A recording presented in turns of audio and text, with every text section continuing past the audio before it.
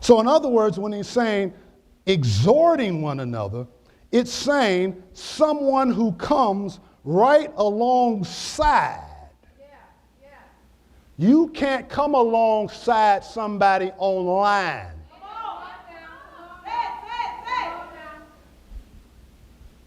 I don't know about that, Pat. Look it up, my friend. Go ahead, Pat. You cannot come alongside online.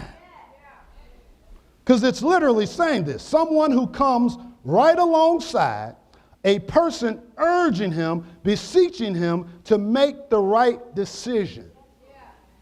In other words, it's imperative that you need somebody physically.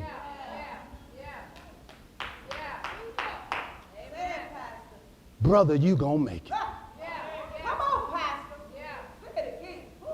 Sister, don't you give up.